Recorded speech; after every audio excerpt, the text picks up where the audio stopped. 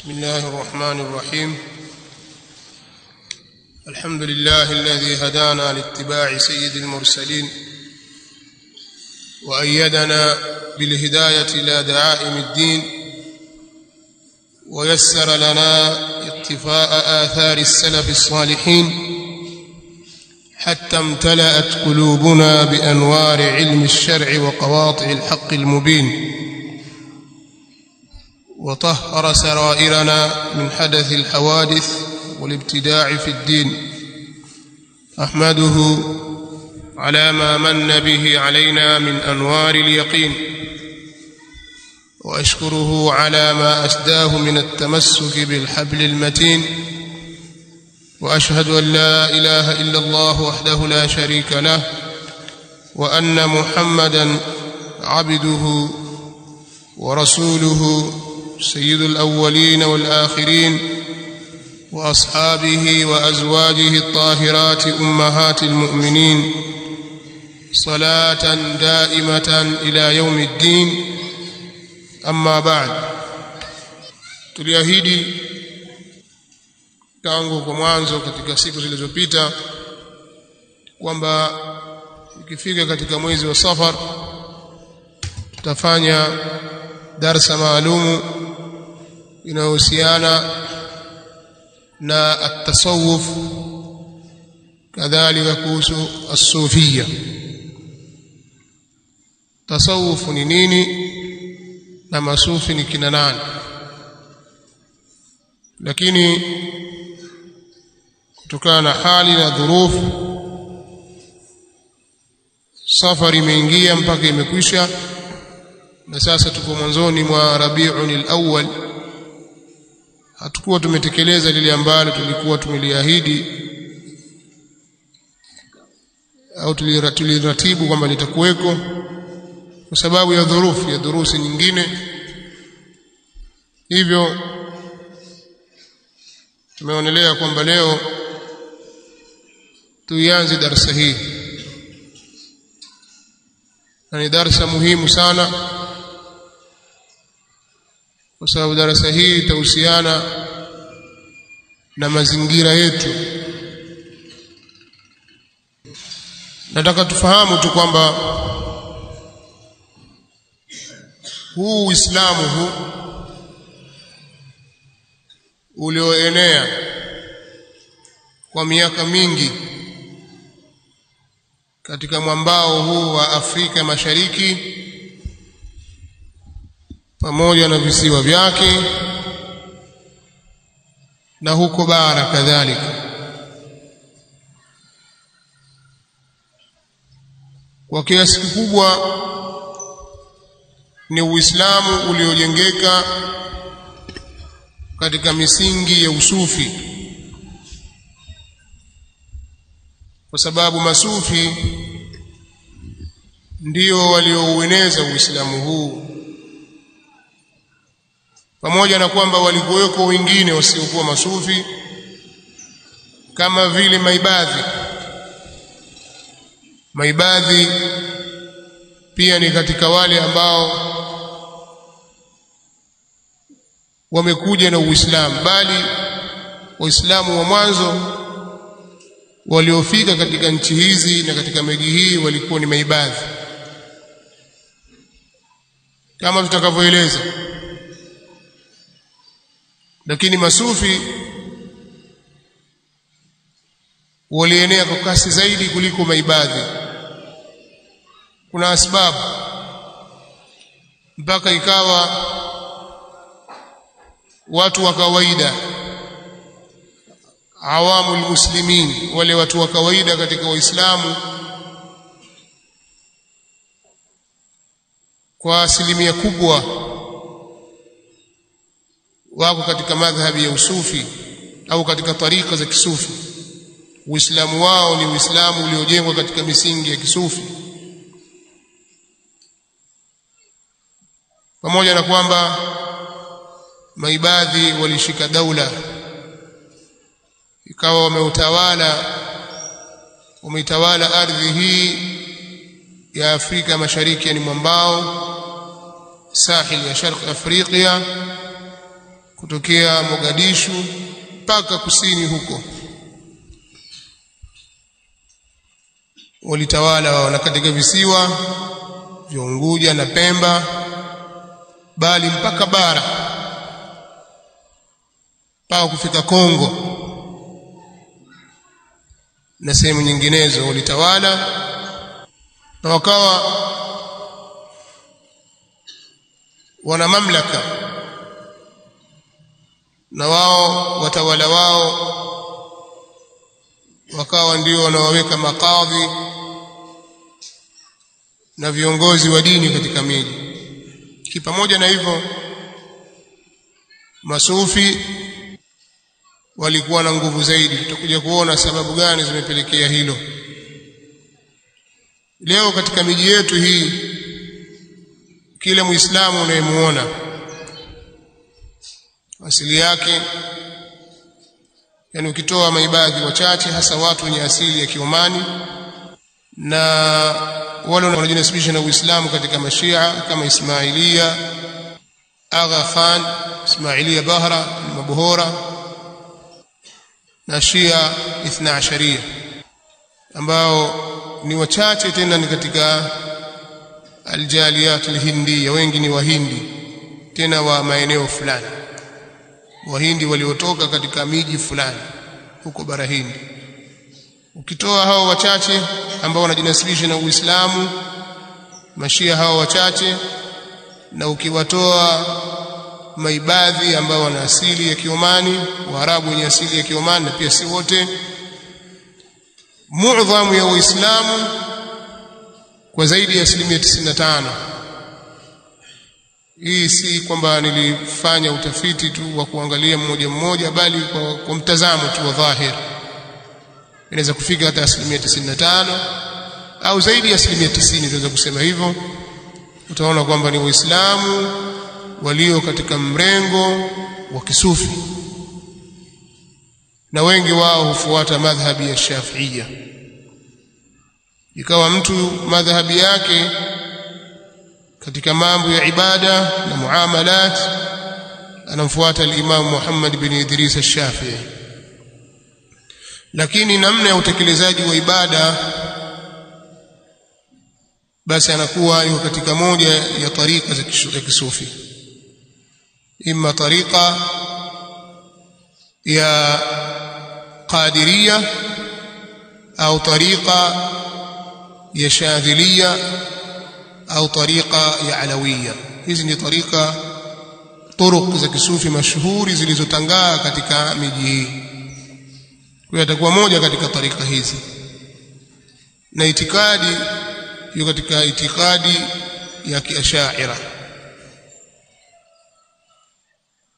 kiasi ambacho mtu akisema kwamba huyu ni mshafii, basi maana yake ni sufi, na hali ya kuwa tutaona kwamba ni vitu viwili tofauti.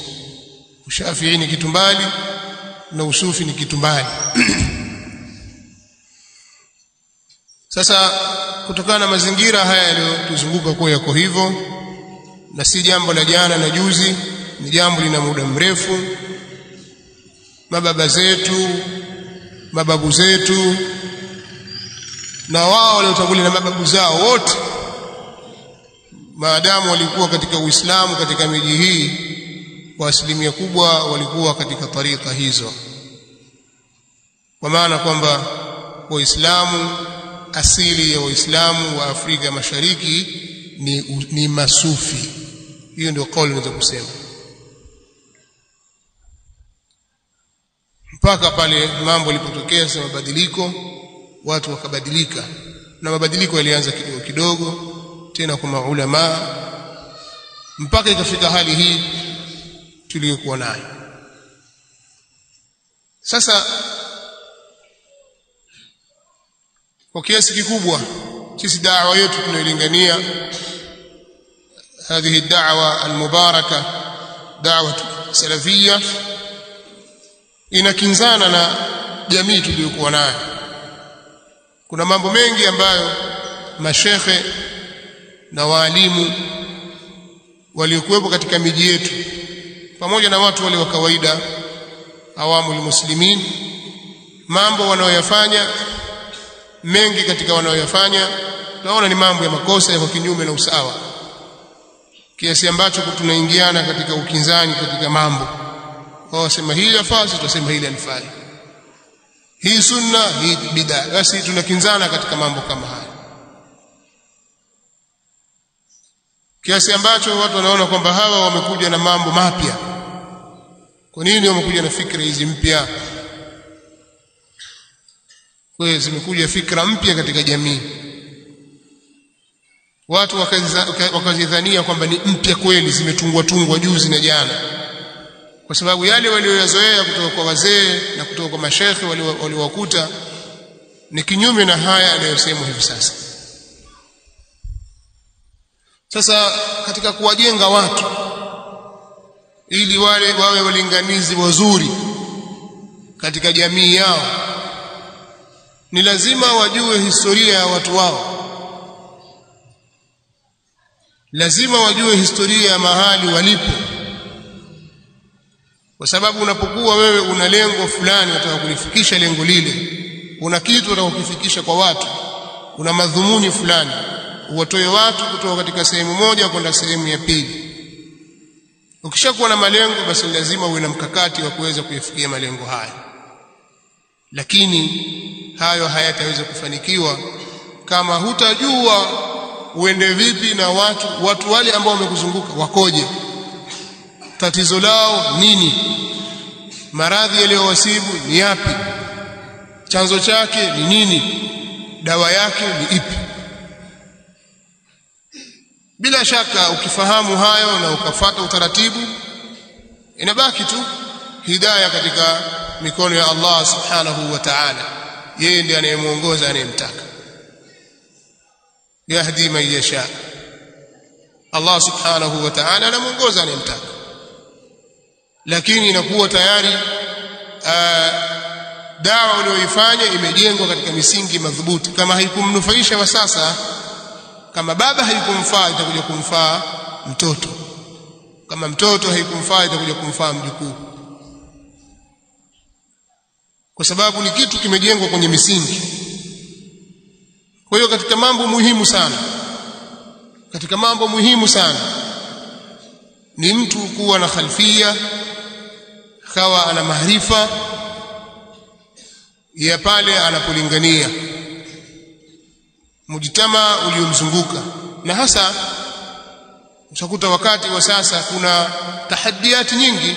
Kisema tahaddiat na kusudia challenges, yani changamoto ambazo mtu zinamuelekea katika ulinganizi wake. Fikra zimekuwa nyingi, maoni yamekuwa ni mengi, rai ni nyingi, mitazamo ni mingi, shubahati zimekuwa ni nyingi. Wa hiya khattafatu, na shubha zinachota, zinamvuruga mtu mara moja akatoka katika usawa.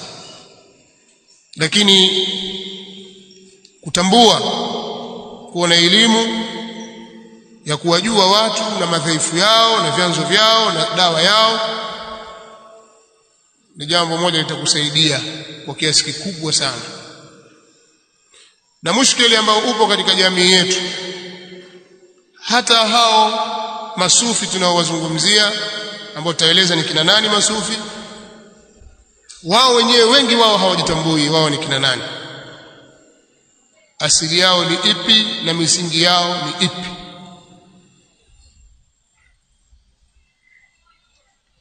Kwa asilimia kubwa wao hawajitambui, na hakuna kitu kibaya kama mtu kutojitambua, mtu ikawa hajijui. Na pengine mtu anaweza akaona kwamba yeye ajitambua, lakini kumbe vile alivyotambulishwa ni makosa. Na hii inatokea. Mtu anaweza akaambiwa tangu mdogo, aambiwa huyu ndio baba yako, yeye akajenga dhana kwamba huyu baba yangu, namjua baba yangu mimi, lakini kumbe alifahamishwa kimakosa. Pengine baba yake kishakufa, au hana baba wa halali, au huyu ni ammi yake tu, baba yake ni mwingine. Inawezekana baadaye huko mbele ndio kumbe yule alikuwa si baba yangu. Yanazungumza maneno haya kuthibitisha ya kwamba mtu anaweza akatambulishwa jambo kimakosa na akadhani ya kwamba vile anavyotambua yeye ndio sawa. Kwa hiyo hata hawa masufi tunaozungumzia kwa asilimia kubwa, si wote, wengi wao hawajitambui wao ni kina nani, asili yao imetokea wapi. Sasa awamu almuslimin, wale watu wa kawaida ambao si matulabu ilmi wala si mashekhe, mara nyingi maneno kama haya huwa hayawafai. Yawafaa zaidi wale matulabu ilmi pamoja na mashekhe zao, kwa sababu wao ni kama kivuli cha mti, hakiwezi kunyooka kivuli wakati mti umepinda. Nyoosha mti, kivuli kinyoke. Sababu hawajui mambo usufi, wao wanaona Uislamu huu wa kawaida, basi ndio huu. Sasa mtu leo ana miaka 60, 70 na miaka 80, tangu amekulia, yeye alipozaliwa alifikisha siku 40 akapigwa maulidi. Akikuwa una maulid mpaka amefika miaka 80. Huko nyuma amewaona mashekhe na walimu na watu mbalimbali wakifanya kwa mambo haya ni dini. Alafu akikutazama wewe ni kijana mdogo umekuja wapingana na mashekhe wakubwa ambao yeye anawakubali. Sio yeye tu kwamba labda wambishe yeye hajui, kuna watu wajua na anaamini kwamba wajua, hata kama hana upeo, lakini yeye katika imani yake aona wale wajua. Si rahisi kwa mtu kama huyu kukubalia. Inataka taufiki ya Allah subhanahu wa ta'ala. Sasa hawa ndio watu wengi, lakini risala hii ikielekezwa kwa watu wanaosoma wakajitambua, inaweza kuleta athari nzuri. Kwa hiyo sisi kwa kulizingatia hilo, biidhnillah alkarim, tutalizungumzia jambo hili linalofungamana na usufi na historia yao, hasa katika hii miji yetu, kwenye nukta ambazo nitazitaja hapa. Pengine leo nikataja nukta tu, nukta ya kwanza, ya pili, ya tatu, mpaka wenzetu katika miji yao walikuwa na utamaduni au utaratibu wa kuandika, hasa kuandika kuhusu masufi na madhahibi nyinginezo. Pia wana utaratibu wa kusema. Nimekuja na risala hii. Hii ni inaitwa As-Sufiyya fi Hadramaut.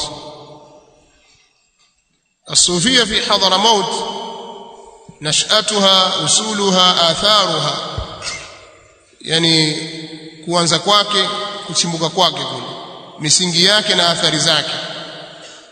Maandiko na Amin bin Ahmad As-Saadi. Mwandishi huyu yeye ameuzungumza usufi wa Hadramaut tu,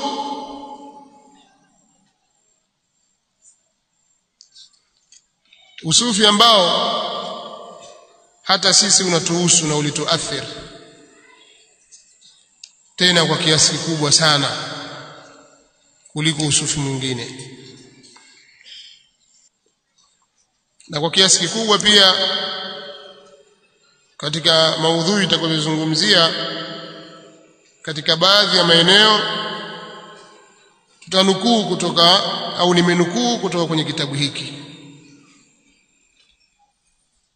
na yeye kwa kiasi kikubwa pia amenukuu kutoka kwenye vitabu vyao masufi vinavyotegemewa, vinavyozungumzia historia na mambo mbalimbali. Miongoni mwa vitabu hivyo ni kitabu hiki. Hiki kitabu kinaitwa Ash-Shamil. Hiki kitabu kinaitwa Ash-Shamil fi tarikh Hadramaut wa makhalifiha. Hiki kitabu ni kitabu cha msufi ameandika, anauzungumzia historia ya Hadramaut. aliandika kitabu hiki anaitwa Sayyid Sharif Alawi ibn Tahir ibn Abdullah ibn Taha al-Haddad. Sharif Alawi ibn Tahir ibn Abdullah ibn Taha al-Haddad ndiye mwenye kitabu hiki الشامل في تاريخ حضرموت ومخاليفها, na vitabu vingine ambavyo sikuja navyo hapa. Lakini pia kuna risala ndogo inaitwa Riyadh baina madhihi wa hadhiri. Hii risala hii imeandikwa hapa hapa Afrika Mashariki huko Lamu, na mwandishi wake bado yuko hai. Chapa ya kwanza imetoka mwaka 1989. Mwandishi wake ni Salih Muhammad Ali Badawi. Salih Muhammad Ali Badawi maarufu kwa jina la Ba Hassan, ni shekhe mmoja maarufu Lamu huko, na sasa yuko Mombasa kama sijakosea. Yeye anazungumzia historia ya kwao, nyumbani kwao kwenye kituo cha Riyadh pale Lamu. Kwa wale waliofika, pana msikiti wa Riyadh pale ambao uliasisiwa na babu wa baba yake huyu, au babu wa babu yake huyu. Naam, ni babu wa babu yake huyo. Anaitwa Salih ibn Muhammad ibn Ali ibn Ahmad Badawi ibn Habib Saleh Jamal al-Layth. Sasa huyo Habib Saleh Jamal al-Layth ndiye alianzisha huo msikiti wa Riyadh, naye akamzaa Said Ahmad al-Badawi. Said Ahmad Badawi akamzaa Said Ali al-Badawi, mtoto wake huyo Said Ali maarufu. Said Ali akamzaa Muhammad Ba Hassan. Muhammad Ba Hassan akamzaa huyu Saleh mwenye kitabu hiki. Sasa pia kuna mambo mengi yanayohusu baadhi ya maulama, hasa walamu, tumenukuu kutoka kwenye kitabu hiki.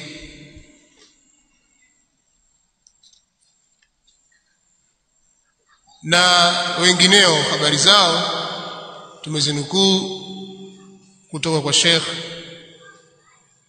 Abdullah Saleh Farisi.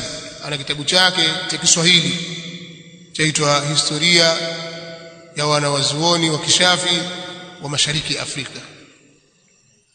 Kitabu hiki ni katika vitabu ambavyo havina mfano katika kuelezea historia ya wanawazuoni wa Afrika Mashariki,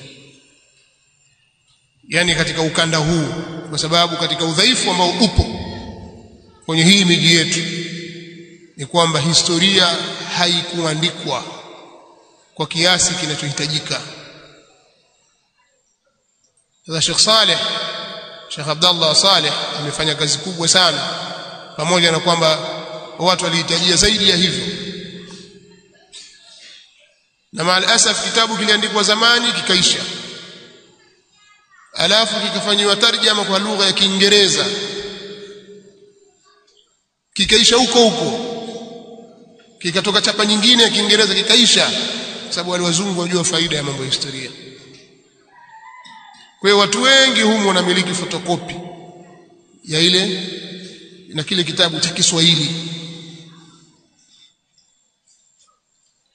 Kina maalumati mazuri, lakini tulikuwa tunatarajia zaidi na zaidi na zaidi, lakini Sheikh ametaja kwa kiasi kikubwa. Lakini kwa ujumla ni kwamba katika kuelezea wanawachuoni wa Afrika Mashariki, Sheikh Saleh hana mpinzani katika hilo, Sheikh Abdullah Saleh.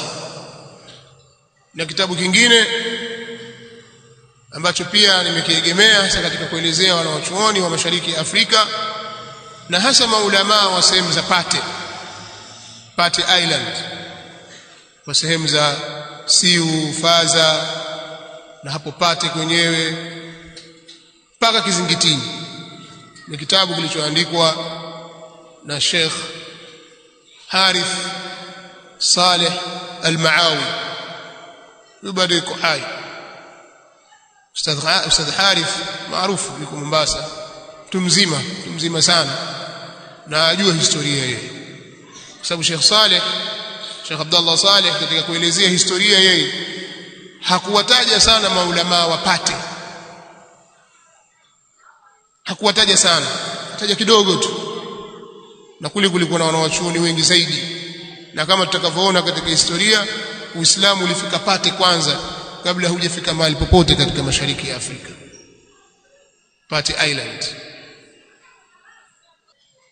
Na vitabu vinginevyo ambavyo wanawachuoni katika mada ya usufi, kuna vitabu vingi. Kuna vitabu vya kisufi vyenyewe kama kitabu Ihya Ulumuddin cha Al-Ghazali na vitabu vinginevyo katika mada ya usufi tumeangalia katika sehemu hizo. Kwa hiyo katika tutakayozungumza, tutazungumzia tarikhu mujaz lidukhuli al-islam fi sahil sharq Afrika, historia fupi ya kuingia Uislamu katika pwani au mwambao wa Afrika Mashariki na katika visiwa vyake vinavyonasibiana na pwani hiyo. Na tutatoa maelezo kuhusiana Afrika Mashariki. Kadhalika kutakuwa na nukta ya kuelezea kufika kwa misafara ya Waarabu kutoka bara Arabu kuingia katika mashariki ya Afrika. Pia tutaelezea mafungamano mazito yaliyokuwepo kati ya wakazi watu wa mashariki ya Afrika na Waarabu kwa ujumla, kisha mafungamano ya wakazi au wenyeji wa Bantu wa Afrika ya Mashariki na mafungamano yao na mahadharima, watu kutoka Hadramaut bil khusus. Kuna masala ya Waarabu kwa ujumla, alafu kisha manake Waarabu kutoka Yaman, Waarabu kutoka Hijaz, Waarabu kutoka Oman, wote hao ni Waarabu. Lakini sasa kadhalika mafungamano yao na Waarabu wa Hadramaut tutaeleza hilo, lakini tumesema ni mujaz inakuwa. Kadhalika katika nukta hii tutaeleza mambo mawili: mafungamano ya kinasaba na ukwe yaliyokuwepo tangu hapo kale ya watu kutoka Hadramaut na kutoka katika miji ya Waarabu kama Yaman na Omani. Kadhalika mafungamano, jambo la pili ni mafungamano ya kielimu na kithakafa na dini, tamaduni zile, kwa sababu kulikuwa na mwingiliano mkubwa sana mpaka hii hali tunayoiona. Hii ni athari ya mlipuko wa mikutano miwili. Ni vitu viwili vimekutana mpaka lipuka kitu kikatoa kitu cha tatu. Wabantu pamoja na Waarabu pamoja na Aljalia Alhindia, Wahindi kidogo, kwa sababu athari yao si kubwa sana, hasa katika upande wa dini. Kuna baadhi ya vitu vina athari kama kwenye kula na vinginevyo, lakini katika upande wa kidini na kusudia athari baina ya Waarabu na Wabantu kuingiliana, kuna vitu vilizalikana. Ndio tukaona hiki kitu kinachoitwa Uswahili. Uswahili huu ni athari ya vitu viwili vilivyokutana. Kwa hili pia tulizungumza kwa faida tu, lakini tuko mbali hapo na usufi. Lakini tukisoma hii alaka ya kielimu na thakafa, pia tutajua kwamba wanawachuoni waliotuletea Uislamu katika mashariki ya Afrika walisoma wapi na kina nani waliwaathiri. Na kwa sababu hiyo pia tutataja baadhi ya wanawachuoni mashuhuri wa Afrika Mashariki. Kwenye nukta hii tutaelezea wanawachuoni wa Lamu, tutaelezea wanawachuoni wa Mombasa, tutaelezea wanawachuoni wa Zanzibar, tutaelezea wanawachuoni wa Tanga. Maal asaf sikupata maelezo ya kina kabisa kuhusiana na maulama wa Kilwa. Maelezo machache tu aliyotaja Ibn Battuta kwenye kitabu chake hayatoshelezi, na wengi katika walioandika hao niliowataja hawakueleza kwa kina kuhusiana na maulama waliokuwepo Kilwa. Sisemi kwamba hakuna, kwa kile ambacho nimekiona mimi, pengine inaweza kupatikana. Na haya nitakayotaja, hawa wanawachuoni nitakayowataja ni kuanzia karne ya 13 Hijiria na ya 14 na hii ya 15, lakini sana itakuwa ya 13 na ya 14, yani mwaka 1200 na kitu, 1300 na kitu. Hii 1400 hii sitaizungumzia sana, au kama nitazungumza kidogo tu, kwa sababu wapo pia